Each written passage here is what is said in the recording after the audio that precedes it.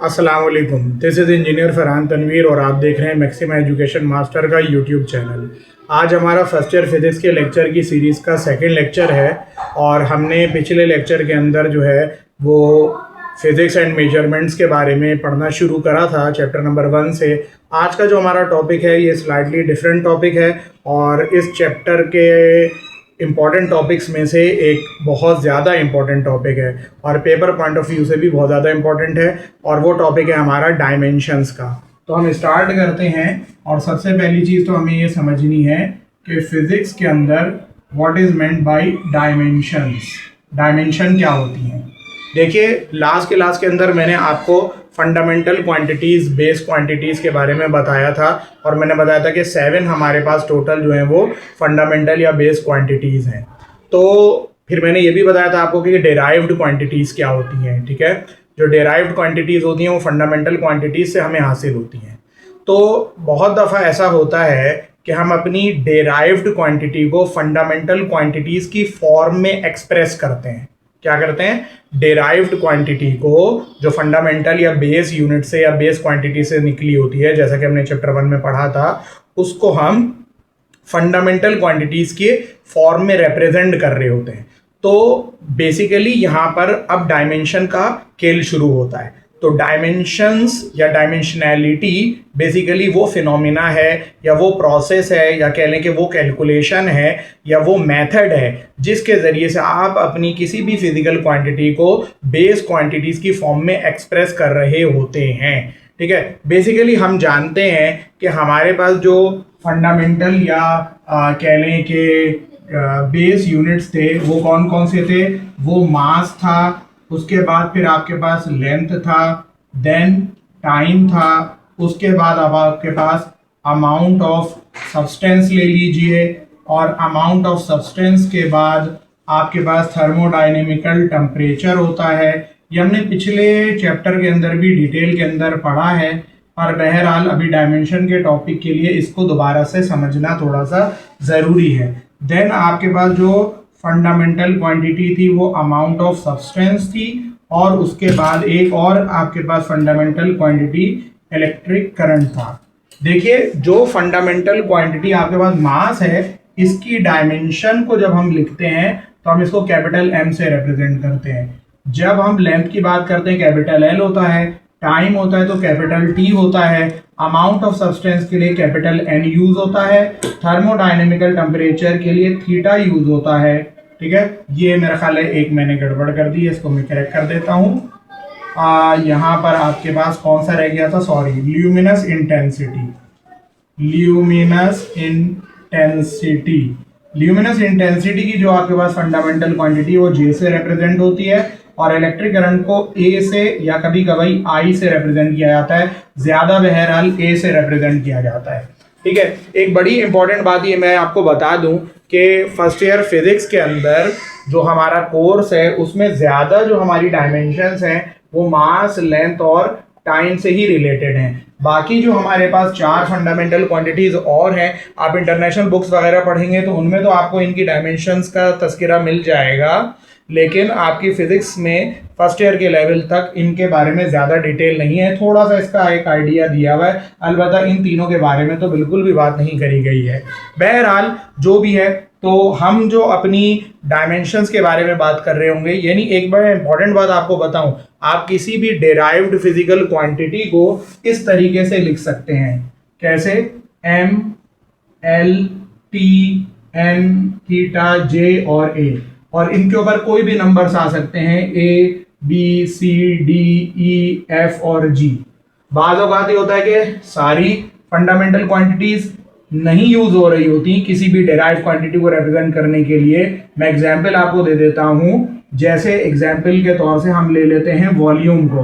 अब हम सभी अच्छी तरह जानते हैं कि वॉल्यूम का यूनिट मीटर क्यूब है।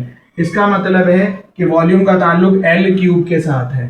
किसके साथ है? L cube. तो अगर मैं आपसे बोलूंगा हाँ जी वॉल्यूम को जरा इस फॉर्म में रिप्रेजेंट करें, तो आप लिखेंगे सर एम लिख तो रहा हूं लेकिन उसकी पावर 0 है क्योंकि वो यहाँ नहीं है। एल की पावर क्या है? 3 है, टी की पावर 0, एन की पावर 0, थीटा की पावर 0, जे की पावर 0 और ए की पावर 0। मीन्स कि anything raise to the power 0 is 1। So effectively इसमें से सिर्फ एल क्यूब ही बचेगा। लेकिन बात सारी ये है कि आप देखें तो आपने इस डेराइव क्वांटिटी को इन 7 फंडामेंटल क्वांटिटीज की फॉर्म में एक्सप्रेस करा, वो एक अलग बात है कि बाकी जो पावर्स थी वो क्या रही आपकी, वो जीरो हो गई, ताकि वो जो बाकी फंडामेंटल क्वांटिटीज हैं जो कि वॉल्यूम के लिए इररेलेवेंट हैं अदर देन लेंथ वाली, उसके अलावा सारी चीजें गायब हो जाएं। तो देखिए ये सारी बाकी गायब हो गई, लेकिन आप किसी भी डेराइव क्वांटिटी को इस फॉर्म में लिख सकते हैं।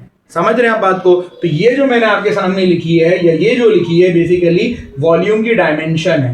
तो ये और ये जो पावर्स होती हैं बेसिकली, यानी हम देखें डायमेंशन की हम प्रॉपर डेफिनेशन पता है क्या देते हैं, the powers to which the fundamental quantities are raised, वो पावर्स जिनको हमें फंडामेंटल क्वांटिटीज के ऊपर लगाना पड़ता है to represent a physical quantity which is derived in nature, यानी वो पावर्स जो हम फंडामेंटल क्वांटिटीज को देते हैं इसलिए कि वो फंडामेंटल क्वांटिटीज किसी डेराइव क्वांटिटी को रिप्रेजेंट कर लें, इसको डायमेंशन बेटा कहते हैं। बात आपको समझ में आ गई? तो मैंने आपको फिर वही बात बता रहा हूं कि हमारे कोर्स के अंदर हमारी जो डायमेंशन है वो ज्यादातर एम, एल और टी तक ही महदूद रहेंगी। बुक ने इलेक्ट्रिक करंट की डायमेंशन कैपिटल ए एक जगह पे लिखी है चैप्टर में, लेकिन बहरहाल इसको इस्तेमाल नहीं किया गया। और ये 3 जो क्वांटिटीज हैं इनकी डायमेंशन का तो सिरे से कोई तस्करा ही नहीं है आपके कोर्स में, ये मैंने आपकी इंफॉर्मेशन के लिए लिख दी है यहाँ पे। अब एक सवाल यहाँ पर ये पैदा होता है कि भाई डायमेंशंस की इंपॉर्टेंस क्या है, मतलब डायमेंशन को हम क्यों यूज करें।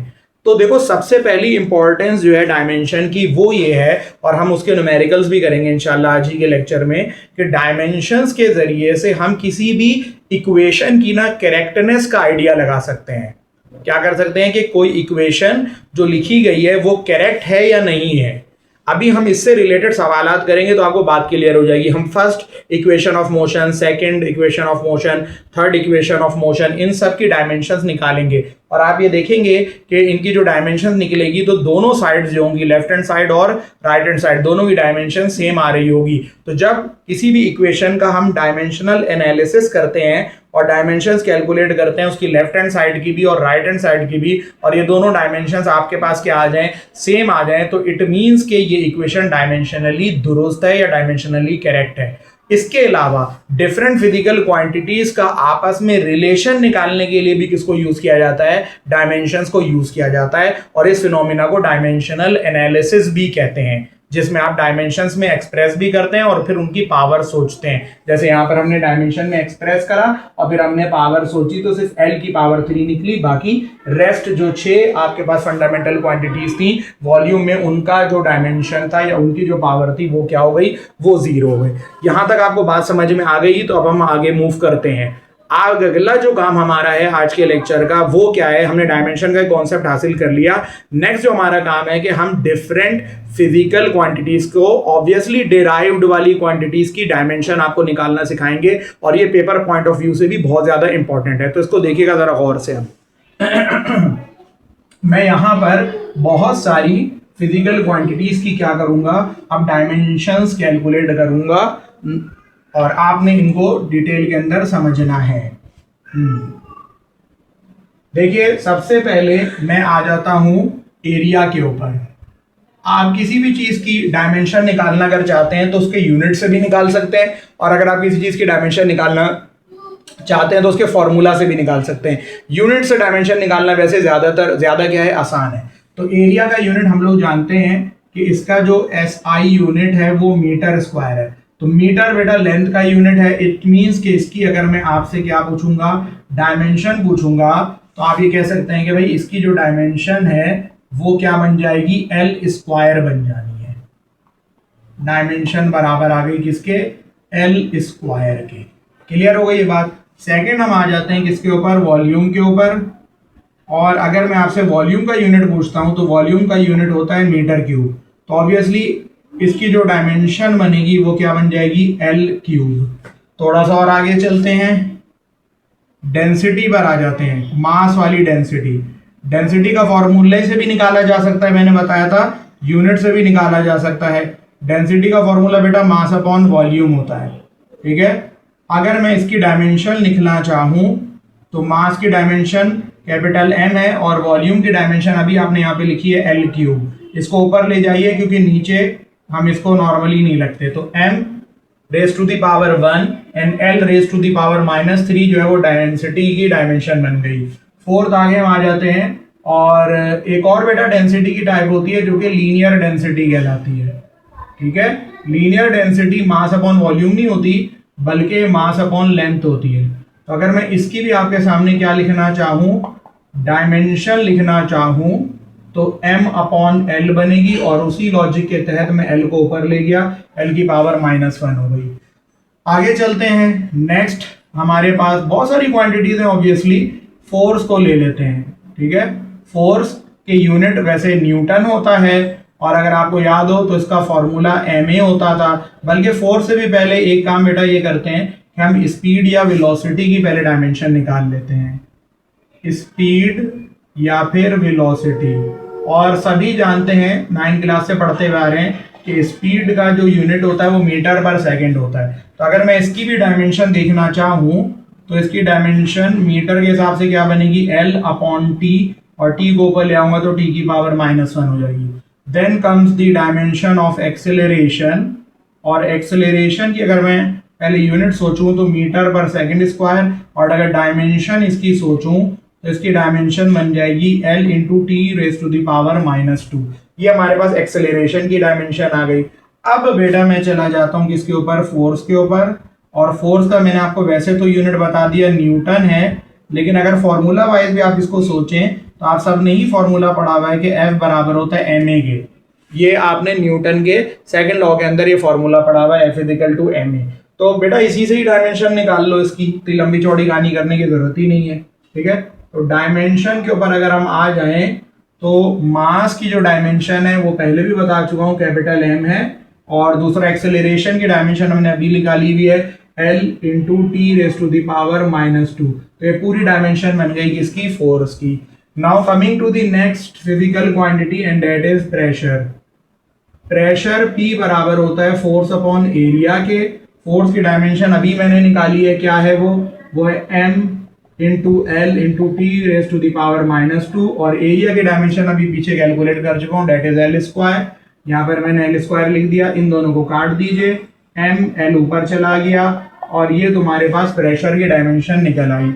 आगे चलते हैं, मजीद प्रेशर की डायमेंशन कैलकुलेट हो चुकी है।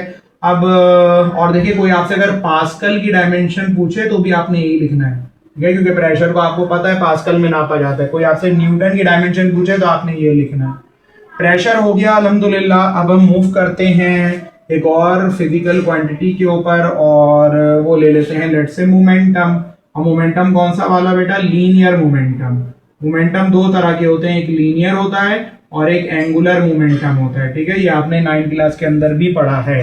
बहरहाल लीनियर मोमेंटम P से रिप्रेजेंट होता है, उसका फॉर्मूला mv होता है, मास इनटू वेलोसिटी। डायमेंशन अगर इसकी भी निकालना चाहोगे तो क्या आएगी, मास की डायमेंशन इतनी दफा बता दी है, कैपिटल M है, और वेलोसिटी या स्पीड की डायमेंशन बेटा सेम ही है, l t raise to the power -1। Then moving on to the next quantity, और अब नेक्स्ट क्वांटिटी हमारे पास है वर्क ले लेते हैं। याद रखिएगा, वर्क का यूनिट जूल होता है, एनर्जी का यूनिट भी जूल होता है, और एनर्जी की कोई सी भी टाइप हो, whether it is kinetic energy या पोटेंशियल एनर्जी हो, आपको जूल ही यूनिट रहेगा। यानी वर्क का यूनिट भी जूल है, और एनर्जी की कोई भी टाइप अगर हम उठा लेते हैं तो उसका यूनिट भी हमारे पास क्या रहेगा, जूल ही रहेगा। तो अब हमें जो अगली डायमेंशन चाहिए वो वर्क या एनर्जी की चाहिए। ठीक है, यूनिट मैंने आपको बता दिया, लेकिन आप देखें तो फोर्स और डिस्प्लेसमेंट आपस में मल्टीप्लाई हो रही है। तो फोर्स की डायमेंशन बेटा ऑलरेडी हम कैलकुलेट कर चुके हैं, फोर्स की डायमेंशन हमारे पास ये लिखी हुई। तो अगर मैं इसकी डायमेंशन लिखना चाहूँ वर्क की, तो ये क्या बनेगी, M L T raise to the power -2, और साथ में डिस्प्लेसमेंट है। डिस्प्लेसमेंट और लेंथ सेम ही चीज़ है, तो मैं इसको एल पे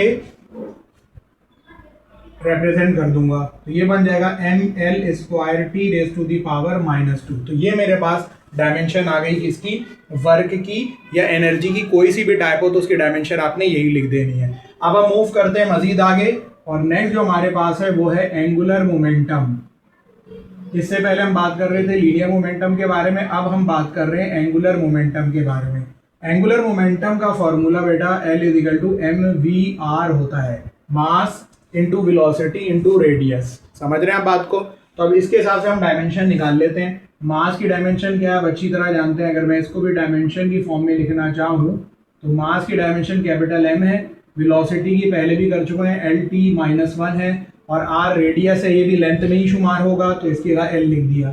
अब ये टोटल करेंगे तो L से मल्टीप्लाई होगा, L स्क्वायर आ जाएगा और T⁻⁻⁻⁻⁻⁻⁻⁻⁻⁻⁻⁻⁻⁻⁻⁻⁻⁻⁻⁻⁻⁻⁻⁻⁻⁻⁻⁻⁻⁻⁻⁻ तो ये आपके पास एंगुलर मोमेंटम की भी क्या आ गई डायमेंशन आ गई। मजीद आगे मूव करते हैं और नेक्स्ट डायमेंशन जो हमारे पास है 12। अब हम डायमेंशन निकालते हैं प्लांक्स कांस्टेंट की। अब अगर आपको याद हो तो आपने 9th क्लास के अंदर भी प्लांक्स कांस्टेंट के बारे में पढ़ा हुआ है। प्लांक्स कांस्टेंट जो कि h होता है, और इसकी वैल्यू अगर आपको याद हो तो ये होती थी 6.625 10⁻⁻34 J.S जूल डॉट सेकेंड। तो इसके यूनिट से यानी कि जूल डॉट सेकेंड से ही आप क्या कर लें, इसकी डायमेंशन निकाल लें। कैसे निकाल सकते हैं? जूल की बेटा ऑलरेडी हम डायमेंशन निकाल चुके हैं। जूल वर्क का ही यूनिट है, एनर्जी का ही यूनिट है, तो इसकी डायमेंशन थी ml²। तो मैं इसकी भी डायमेंशन लिख रहा हूँ। जूल की मैंने लिखा ml² T⁻⁻², और इस सेकंड की मैं क्या लिख दूंगा, T लिख दूंगा, यानी कि टाइम। अब अगर मैं इसकी डायमेंशन टोटल कर लेता हूँ तो ml² T की पावर यहाँ -2 है और यहाँ पर +1 है, तो ये दोनों मिलकर हो जाएंगे -1, क्योंकि बेस सेम होती है तो पावर ऐड हो जाती है। -2 + 1 दैट विल बी -1। तो ये मेरे पास डायमेंशन निकल आई किसकी, प्लांक्स कांस्टेंट की। मजे की बात ये देखिए कि प्लांक्स कांस्टेंट की डायमेंशन और एंगुलर मोमेंटम की डायमेंशन बिल्कुल क्या है, सेम है। तो इट मीन्स के दोनों सेम ही चीजें हैं। समझ रहे हैं बात को? तो डायमेंशन हमें ये रिलेशन भी बताती है फिजिकल क्वांटिटीज के दरमियान। बहरहाल डायमेंशन यहाँ पर खत्म नहीं होती, और भी बहुत सारी डायमेंशन हैं, तो कुछ और भी देख लेते हैं हम। इसके लिए पहले मैं थोड़ी सी स्पेस बना लेता हूँ।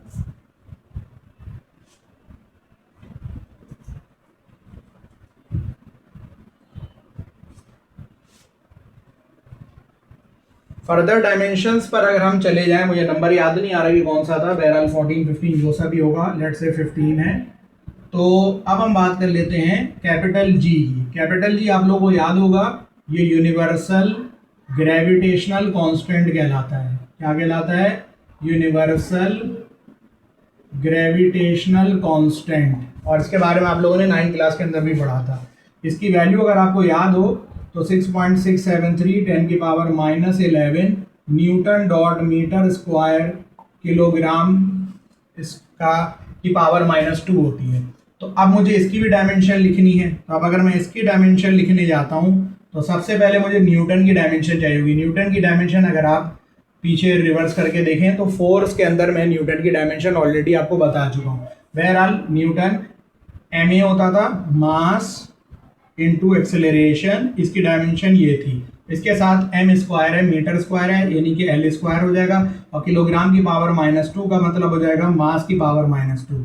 यहाँ पर मास की पावर +1 है, यहाँ -2 है, दोनों मिलकर m-1 हो गए। L और L मिलकर L³ हो जाएंगे, और साथ में T की पावर क्या आ जाएगी, -2 आ जाएगी। ये डायमेंशन हमारे पास कैपिटल G की हो गई। मजीद आगे मूव करते हैं, और अब हमें हुक्स लॉ का जो कांस्टेंट होता है, हुक्स लॉ कांस्टेंट, जिसको अगर आपको याद हो तो फोर्स कांस्टेंट भी कहा जाता था, या स्प्रिंग कांस्टेंट भी कहते हैं इसको, और इसके बारे में आपने पहले पढ़ा हुआ है 9 मैट्रिक में। K होता था, ये बराबर होता था F/x के।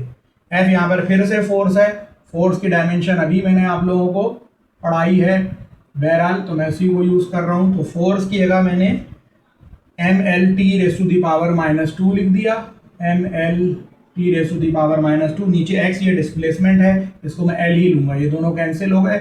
आपके पास mT⁻⁻2 इस हुक्स लॉ के कांस्टेंट की, स्प्रिंग कांस्टेंट की या फोर्स कांस्टेंट की डायमेंशन निकल आई। और आगे चलते हैं। इस तरह लातादार डायमेंशंस हैं जो आप कैलकुलेट कर सकते हैं। मेरे ख्याल है प्रेशर की हम ऑलरेडी कैलकुलेट कर चुके हैं, और इसके अलावा सोचा जाए काइनेटिक एनर्जी, पोटेंशियल एनर्जी, इन सब की डायमेंशन तो वही जो कि वर्क या नॉर्मल एनर्जी की डायमेंशन थी। अलबत्ता एक रह गया है बड़ा important physical quantity, power. Power हम जानते हैं वर्क अपॉन टाइम होता है, ठीक है, और वर्क की डायमेंशन या एनर्जी की डायमेंशन, जूल की डायमेंशन ऑलरेडी मैं आप लोगों को निकलवा चुका हूँ। तो वो मैंने आपको बताई थी mLT⁻⁻2, ये इसके साथ एक L था मेरा ख्याल है, ठीक है, बिल्कुल ऐसा ही था, और यहाँ टाइम आ गया।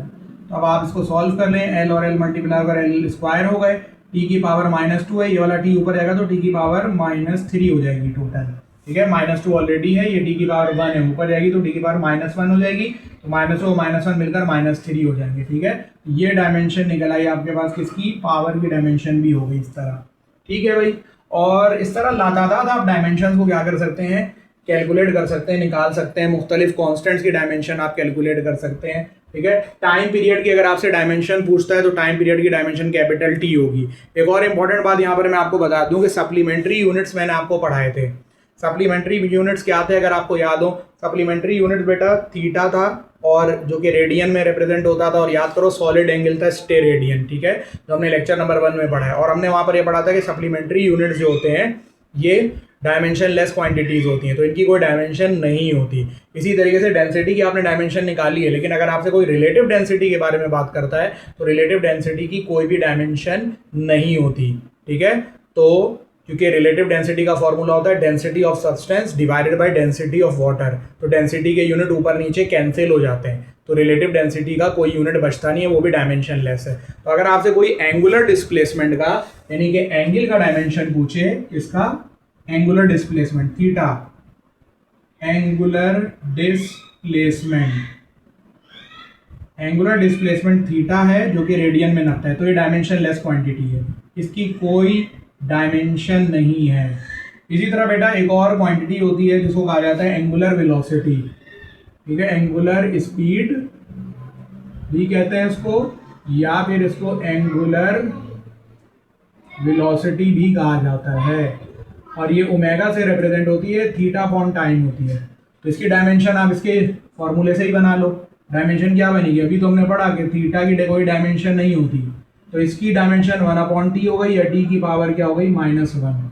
इसी तरह हमारे पास एक है एंगुलर एक्सेलरेशन, जैसे एंगुलर स्पीड है इसी तरह हमारे पास एंगुलर एक्सेलरेशन है। एंगुलर एक्सेलरेशन का अच्छा, ये जो ओमेगा एंगुलर एक्सेलरेशन अल्फा से रिप्रेजेंट होती है, और ये change in angular velocity upon time होती है। अब एंगुलर वेलोसिटी की बेटा डायमेंशन ऑलरेडी कैलकुलेट कर चुके हो, क्या है वो डायमेंशन, टी की पावर -1, और नीचे भी टाइम ही है तो एक और टी आ गया, अब टी की पावर -1, ये वाला टी ऊपर आएगा, ये भी -1 हो जाएगा, ये दोनों मिलकर हो जाएंगे टी की पावर -2। तो एंगुलर एक्सेलरेशन की भी हमारे पास क्या निकल आई, डायमेंशन निकल आई। तो इस तरह हमारे पास लातादाद फिजिकल क्वांटिटीज़ हैं। अगर आपको किसी फिजिकल क्वांटिटी की डायमेंशन नहीं समझ में आ रही तो आप कमेंट्स के अंदर मेंशन कर सकते हैं, हम उसके बारे में भी देख लेंगे, ठीक है। अब ये काम हमारा बड़ा इंपॉर्टेंट हो गया। अगला जो काम हमें करना है आज के लेक्चर के अंदर वो ये करना है कि मैंने आपको कहा था कि डायमेंशंस को यूज़ करके आप फिजिकल इक्वेशंस की या फॉर्मूलाज की करेक्टनेस को चेक कर सकते हैं। तो आए अब हम इस चीज़ के ऊपर मूव करते हैं, ठीक है। इसके लिए मैं यहाँ पर थोड़ी सी जगह बना लेता हूँ, उसके बाद फिर हम इससे रिलेटेड अपना काम कर लेते हैं। अब देखिए पेपर के अंदर ये सवाल अक्सर आता भी है और आपसे कहा जाता है कि प्रूफ करें, proof that the given equations are dimensionally correct. हमें साबित करना है कि ये इक्वेशन जो है वो डायमेंशनली करेक्ट हैं। और इसके अंदर पहली इक्वेशन है VF = VI + AT, या फिर इसी को आप V = U + AT भी लिखते हैं। 9th क्लास के अंदर आप ये इक्वेशन डेराइव कर चुके हैं। ये फर्स्ट इक्वेशन ऑफ मोशन कहलाती है। VF या V फाइनल वेलोसिटी है, VI या U इनिशियल वेलोसिटी, एक्सेलरेशन है और T टाइम है। तो हमें साबित करना है कि डायमेंशनली करेक्ट है। इसका तरीक़ाकार बहुत सिंपल है। प्रूफ की आप हेडिंग लगाते हैं। सबसे पहले आप क्या करते हैं, टेकिंग लेफ्ट हैंड साइड, और लेफ्ट हैंड साइड पर आपके पास है V या VF कर लें फाइनल वेलोसिटी। अब आप अच्छी तरह जानते हैं अगर मैं इसका यूनिट लिखना चाहूँ या डायमेंशन डायरेक्टली लिख दें इसकी, आपको पता तो है मीटर पर सेकंड से इसकी डायमेंशन लिख दीजिए। तो अगर मैं इसको डायमेंशन वाइज कैलकुलेट करूँगा तो मीटर पर सेकंड के हिसाब से इसकी डायमेंशन बन जाएगी LT⁻⁻1। अब इसी तरह मैंने उठाई कौन सी वाली साइड, राइट हैंड साइड, और राइट हैंड साइड मेरे पास क्या है, VI + AT है। इसकी डायमेंशन ऑलरेडी हमें मालूम है LT⁻⁻1 है। एक्सेलरेशन मीटर पर सेकंड स्क्वायर होती है, LT⁻2 हो गया, और साथ में कैपिटल T और आ गया। अब ये बन गया LT⁻1 प्लस, फिर से देखो L तो आएगा, T⁻2 और माइनस, ये दोनों मिलकर -1 फिर से हो गए। तो एल टी की पावर -1 प्लस एल टी की पावर -1। अब यहाँ पर बहुत सारे बच्चे गड़बड़ करते हैं, और वो गड़बड़ ये करते हैं फिर वो बोलते हैं कि एल टी की पावर -1 लिखी हुई है, उसमें एक और एल टी की पावर -1 ऐड हो रहा है, तो ये 2 एल टी की पावर -1 हो गई। बिल्कुल गलत बात है। हम इस वक्त कोई क्वांटिटी कैलकुलेट नहीं कर रहे, बल्कि हम यहाँ पर यूनिट या डायमेंशन को देख रहे हैं। आप इसको इस तरह से समझें कि मैं आपसे बोलूँ कि मेरे पास ऑरेंजेस हैं, कितने हैं वो मैं नहीं बता रहा, और मैंने कहा फिर मेरे पास और भी कुछ ऑरेंजेस थे, मैंने ऑरेंजेस में ऑरेंजेस ऐड कर दिए, तो मेरे पास क्या बचेगा? ऑरेंजेस ही होंगे। या मेरे पास एप्पल्स थे और मैं एप्पल्स के अंदर एप्पल्स ऐड कर रहा हूँ, तो बताओ अब मेरे पास क्या बचा? तो हम यहाँ पर नंबर की बात नहीं कर रहे, हम यहाँ पर सिर्फ क्वांटिटी के नेचर की बात कर रहे हैं। तो एप्पल में एप्पल ऐड करोगे, एप्पल आएगा, 2 एप्पल नहीं बोलेंगे आप उसको। तो इसी तरह एल इंटू टी की पावर -1 में जब आप एल इंटू टी की पावर -1 ऐड कर देंगे तो एल इंटू टी की पावर -1 ही आएगा। अब आप ये देख लें कि यहाँ की जो डायमेंशन थी लेफ्ट हैंड साइड की और जो डायमेंशन आपकी राइट हैंड साइड की आई है, दोनों क्या है? सेम है। तब आपने जुमला आगे क्या लिखना है? आपने लिख देना है कि भाई since left hand side is equal to किसके बराबर है? Right hand side, hence the given equation, ये जो इक्वेशन हमें दी गई है इज डायमेंशनली करेक्ट। ये इक्वेशन डायमेंशन वाइज बिल्कुल क्या है? दुरुस्त है। Is dimensionally correct. ये आपका आंसर हो गया। उम्मीद है बात आपको समझ में आ रही होगी। इसी तरीके से अब हम मूव करते हैं। अब मैं पूरी इतनी सारी वर्किंग नहीं लिखूंगा, बल्कि डायरेक्ट सवाल सॉल्व करा दूंगा। आप इसको पूरा इसी तरह सॉल्व करिएगा। लेट्स से अब आपको दिया हुआ है S is equal to V I T plus half A T square. आप अच्छी तरह जानते हैं कि ये क्या है? सेकेंड इक्वेशन ऑफ मोशन है। पेपर में इस तरह भी दे सकता है, वी आई को यू भी कहते हैं बेटा, U T plus half A T square. अब इसकी अगर मैं डायमेंशन इस वाली साइड की निकालूं, आप पूरा इसी स्टेप को इसी तरह से फॉलो करिएगा। मैं डायरेक्ट कर रहा हूँ। एस की डायमेंशन क्या आएगी? एल आएगी, ठीक है। और अगर मैं ये वाली साइड उठा लूँ, देखिए मैं फिर वही बात कह रहा हूँ, इस तरह शॉर्ट हैंड नहीं करिएगा, ये पूरा डिटेल में इसी तरह से करिएगा। हमें टाइम के लिए, टाइम को बचाने के लिए हम इस तरह डायरेक्ट अभी कर रहे हैं। u इनिशियल वेलोसिटी है, वेलोसिटी की डायमेंशन l इंटू टी की पावर -1 होती है, ये टाइम है, एक और टी आ गया हाफ। एक्सेलरेशन की जो डायमेंशन होती है वो l इंटू टी की पावर -2 होती है, और टी स्क्वायर मतलब एक टी और आ गया। अब इसको सॉल्व करोगे, l टी की पावर -1 और टी की पावर +1 मिलकर क्या हो जाएगा? टी की पावर 0 हाफ l, यहाँ जो टी की पावर -2 और टी की पावर +2 मिलकर टी की पावर 0 हो गई। तो अब यहाँ से किसी भी चीज़ की पावर 0 लिखो ही नहीं, तो l बचा, यहाँ पर भी l बचा। अब वही बात है जो अभी थोड़ी देर पहले मैंने आपको बताई थी कि अगर आप सेब में सेब ऐड करेंगे तो आपका आंसर सेब ही आएगा, ठीक है। तो l में हाफ l करेंगे तो आप इसको 3/2 l वगैरह मत लिखिएगा, सिंपली इसको l लिखें। अब ये डायमेंशन चेक करें और ये डायमेंशन चेक करें, both are same, therefore this equation is also dimensionally correct. और ये सारे वो सवाल मैं करवा रहा हूँ जो कि बोर्ड के पेपर के हिसाब से भी बहुत ज़्यादा इंपॉर्टेंट है, ठीक है। थर्ड पर आ जाइए, थर्ड इक्वेशन ऑफ मोशन पर आ जाएं। और थर्ड इक्वेशन ऑफ मोशन हमारे पास है 2as is equal to V F square minus V I square. अब इसकी डायमेंशन हमको सोचनी है, वही डायरेक्ट करूंगा। 2 की बेटा कोई औकात नहीं है, 2 की कोई डायमेंशन नहीं चेक करी जाएगी, क्योंकि 2 इज अ नंबर, 2 कोई फिजिकल क्वांटिटी है भी नहीं कि उसकी डायमेंशन सोची जाए। समझ रहे हो ना बात को? अब यहाँ पर तुम्हारे पास एक्सेलरेशन है, अभी एक्सेलरेशन की डायमेंशन आपने पढ़ी है एल टी की पावर -2, और ये ऐसा आ गया, ये एल अपनी जगह। यहाँ आ जाए, ये एल टी की पावर -1 का होल स्क्वायर है। क्यों है ऐसा? क्योंकि वेलोसिटी का स्क्वायर हो रहा है। फाइनल में भी यही होगा बेटा, इनिशियल के अंदर भी यही होगा। अब यहाँ पर भी कुछ बच्चे गड़बड़ करते हैं, वो भी मैं आपको बताता हूँ। ये एल एल से मल्टीप्लाई होगा, इसकी डायमेंशन क्या बन जाएगी? एल स्क्वायर टी की पावर -2। यहाँ आ जाए, एल पे स्क्वायर है और पावर पे पावर मल्टीप्लाई होती है, -1 2 का -2 माइनस एल स्क्वायर टी की पावर -2। बहुत सारे बच्चे यहाँ पर गड़बड़ी करते हैं, इन दोनों को काट देते हैं, कभी भी नहीं कटेगा। उसकी वजह क्या है? फिर वही बात मैं दोबारा करूंगा। क्या अगर मेरे पास सेब मौजूद थे और मैंने उसमें से कुछ सेब निकाल लिए, सेब में से सेब माइनस करे जाएंगे तो कुछ सेब बच जाएंगे। तो यहाँ पर नंबर की बात नहीं हो रही है, बल्कि यहाँ पर नेचर की बात हो रही है। कुछ घोड़े मेरे पास मौजूद थे, मैंने उनमें से कुछ घोड़े अलग कर लिए, स्टिल मेरे पास कुछ घोड़े बाकी होंगे। तो इसी तरह यहाँ पर एल स्क्वायर टी की पावर -2 में से जब आप एल स्क्वायर टी की पावर -2 माइनस करेंगे तो यहाँ पर आपके पास एल स्क्वायर टी की पावर -2 कुछ ना कुछ मौजूद रह जाएगा। अब ये दोनों डायमेंशन आप देखें सेम है, इट मीन्स के ये वाली इक्वेशन भी डायमेंशनली करेक्ट है। ये बड़ी इंपॉर्टेंट है, इसका स्क्रीनशॉट चाहें तो स्क्रीनशॉट भी ले लें। अब मैं अगली इक्वेशन के ऊपर जा रहा हूँ, ठीक है।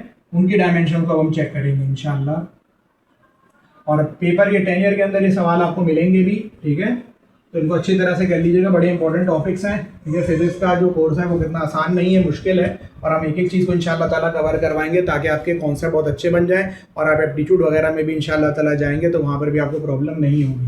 ठीक है, अब मेरे पास एक इक्वेशन दी हुई है और वो सिंपल पेंडुलम का टाइम पीरियड है जो आप 9 मैट्रिक में भी पढ़ चुके हैं, T=2π√L/g। अब सिंपल सी बात है बेटा, काम उसी तरह करना है, टेकिंग लेफ्ट हैंड साइड और फिर सारी चीज़ें उसी तरह, समझ रहे हो ना बात को। अभी मैं डायरेक्ट कर रहा हूँ, ये टाइम है, टाइम पीरियड की डायमेंशन टाइम ही होगी, 2 की डायमेंशन कुछ होती नहीं है, नंबर है, पाई 3.142 या 22/7 है, इसकी भी कोई डायमेंशन नहीं है, भाड़ में गए, ये दोनों बेकार हो गए। अब मेरे पास क्या बचा वो लिखते हैं, यहाँ पर मेरे पास बचा एल लेंथ है, ऑब्वियसली इसकी डायमेंशन एल ही होगी, और ये क्या है जी, एक्सेलरेशन ड्यू टू ग्रेविटी, जिसकी या एक्सेलरेशन की जो डायमेंशन है वही एक्सेलरेशन ड्यू टू ग्रेविटी की भी होती है। तो एक्सेलरेशन की डायमेंशन क्या थी, आपने भी पीछे पढ़ा हुआ इसी लेक्चर के अंदर, एल T⁻² थी। अब एल से एल कैंसिल हो गया, यहाँ पर आपके पास बचा 1/T⁻²। हम सब जानते हैं कि अगर कोई टर्म हम ऊपर मूव करते हैं तो उसकी पावर नेगेटिव से पॉजिटिव हो जाती है, इसका ये रूट कटेगा, टी आएगा, और यहाँ से भी डायमेंशन टी ही चल रही है। तो आप देख लें ये दोनों डायमेंशन सेम है, इट मीन्स कि ये इक्वेशन डायमेंशनली दुरुस्त है या करेक्ट है। थोड़ा सा आगे आ जाते हैं, एक इक्वेशन बहुत और भी आती है पेपर में, और वो आती है स्प्रिंग मास सिस्टम की, T=2π√m/k। ये वाली भी इक्वेशन आप लोगों ने 9 मैट्रिक के अंदर पढ़ी हुई है, अगर नहीं याद है तो कोई मसला नहीं है। बहरहाल ये टाइम पीरियड है, इसकी डायमेंशन वही टी रहेगी, 2 की और पाई की कोई डायमेंशन नहीं है, इनको हमने हटा दिया। अंदर मेरे पास बेटा ये मास है, मास की डायमेंशन कैपिटल एम है, और ये के ये वही स्प्रिंग कांस्टेंट या हुक्स लॉ का कांस्टेंट या फिर क्या नाम है इलास्टिक कांस्टेंट भी कहलाता है, जो कि मैंने अभी पीछे आपको डिराइव कराया हुआ है। इसकी डायमेंशन अगर आपको याद हो तो हमने क्या लिखी थी इसकी डायमेंशन, के को हमने लिखा था कि ये f/x होता है, सही है, और f की जो डायमेंशन थी हमारे पास वो L⁻² थी, सही है, सॉरी M⁻², ऐसी ही थी ना। और नीचे मेरे पास क्या है, बल्कि इसमें सॉरी एक गड़बड़ हो रही है, ML⁻², और नीचे L, तो ये दोनों कटे थे तो M⁻² बचा था। तो यहाँ पर डायमेंशन में k की जगह पे मैंने, और ये आप पहले कैलकुलेट कर चुके हैं इसीलिए मैं इसको यहाँ से मिटा दे रहा हूँ, ये m से m कैंसिल हो गया, ये तो यही वाली बात हो गई, दोबारा से ये सॉल्व होगा, T⁻² ऊपर जाएगी, T² हो जाएगी, ये T हो गया, दोनों तरफ की डायमेंशन सेम आ गई। तो उम्मीद है ये आपको समझ में आ गया होगा कि किस तरह से हम लोग डायमेंशंस को यूज करके इक्वेशंस की करेक्टनेस को भी चेक कर लेते हैं कि अगर इक्वेशन करेक्ट होगी तो उसकी लेफ्ट हैंड साइड और राइट हैंड साइड की डायमेंशन बिल्कुल सेम आनी है। अब आखिरी बस एक काम हमें बेटा करना है छोटा सा, और वो मैं आपको बता देता हूँ कि अक्सर एक सवाल आता है कि find the dimensions of, let's say मैं क्वेश्चन लिख रहा हूँ, ए एंड बी, ए और बी की डायमेंशन निकालो इफ, अगर क्या है वो मैं लिख रहा हूँ, एस बराबर है A⁻½ प्लस B⁻²/3। ये क्वेश्चन दिया हुआ आपको, इसके अंदर ऑब्वियसली S जो है वो डिस्टेंस है, A कोई कांस्टेंट है, T या कुछ भी चीज़ है, कांस्टेंट है जो भी है, T टाइम है ऑब्वियसली, B भी एक और टर्म है, और T यहाँ पर टाइम है। तो अब देखो इसको समझना बहुत इंपॉर्टेंट है ये चीज़। वो ये कह रहा है कि भाई इक्वेशन तो दुरुस्त है, इक्वेशन के बारे में डायमेंशनली करेक्ट साबित नहीं करना है, बल्कि आपको ए और बी का क्या निकालना है, डायमेंशन कैलकुलेट करना है, स्मॉल ए और स्मॉल बी का डायमेंशन। अब ये कैसे कैलकुलेट होगा, आओ ये देखो इसकी डायमेंशन क्या बनेगी, ये डिस्टेंस है ना, एल बनेगी, तो इसका मतलब है इसकी डायमेंशन भी एल आनी चाहिए, और बेटा इसकी डायमेंशन भी क्या आनी चाहिए, एल आनी चाहिए, कि सेब में सेब ऐड हुए तो सेब ही आ गया। आप समझ रहे हो ना बात को। अब आप 1 बाई 1 इनको कंसिडर कर लो, क्या कर लो, 1 बाई 1 इनको कंसिडर कर लो। आपने यहां लिखा both terms at the right hand side of the equation should have the dimension L, इनकी डायमेंशन L होनी चाहिए। सो अब आप A⁻² की डायमेंशन भी L लिख गए, और B⁻²/3 डायमेंशन भी आपने L लिखी। फिर आपने एक चीज और चेंज करी, वो क्या, ये टाइम है ना, तो आपने इसकी डायमेंशन कैपिटल T कर दी, ये भी टाइम है, इसकी डायमेंशन कैपिटल T कर दी। अब आपको A अगर कैलकुलेट करना है तो T⁻½ यहाँ मल्टीप्लाई कर रहा है, वहां जाकर क्या करेगा, डिवाइड, इसी तरह बी के लिए कैलकुलेशन करनी है तो ये यहाँ नीचे चला आएगा। अब इसको ऊपर आप ले आओ और आपकी ए और बी की अल्हम्दुलिल्लाह डायमेंशन निकल आई। तो दिस इज द मेथड कि आप किसी भी तरह इस टाइप की क्वेश्चन आपको दी हुई हो और आपको किसी टर्म की डायमेंशन निकालने कहा जाए तो आप एक साइड की डायमेंशन सोचें और दूसरी साइड की डायमेंशन भी वही आनी चाहिए। उम्मीद है ये लेक्चर आपको समझ में आ गया होगा। इंशाल्लाह ताला नेक्स्ट लेक्चर में इसके आगे मजीद काम करेंगे। अस्सलाम वालेकुम।